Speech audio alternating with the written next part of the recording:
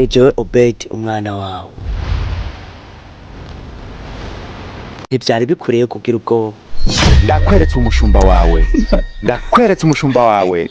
Iyi ntama yawe ururutse marayika aze muri we. Abone kumukura mu bibazo. Mana wewe wasize amavuta. Nanje nk'umukozi wawe nakwemereye ko ngiye kurinda intama zawe.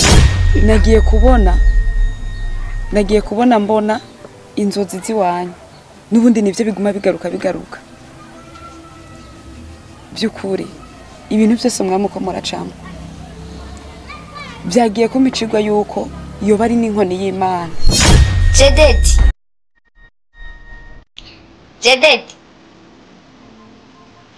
Jededi Dumareka wora Imana yawe antumye ngo mbwire ujya wishe ngikoresho c'Imana kubw'ivyo ugomba gukorera Imana nkuko yahora abikora umwana wawe kugira ngo uronke amahoro n'umugisha. Kirukira Mana yanje ndagusabye umbabarire Mana naragucumuye ncumura no kibirengeka mbabarire.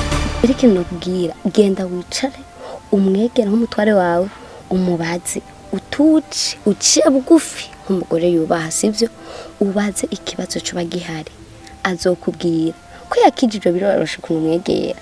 Ikibazo ngumangira umwana wanje yarapfuye ariko aguma ngarukira aho nci nkaguma mbona duhura.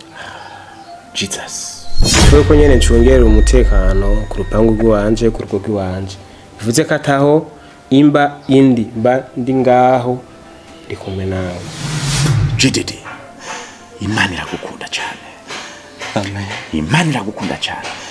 Amen. Nejeje kubona yuko utanyaragasa uhirukire ku mukozi w'Imana agusiga amavuta agusengere. Warushigaje kubaha imisimike cyane. Kandi Yesu yatubwiye ngo ni jewe nzira no kuri n'ubugingo ntawe ushika kwa data ntamujanye.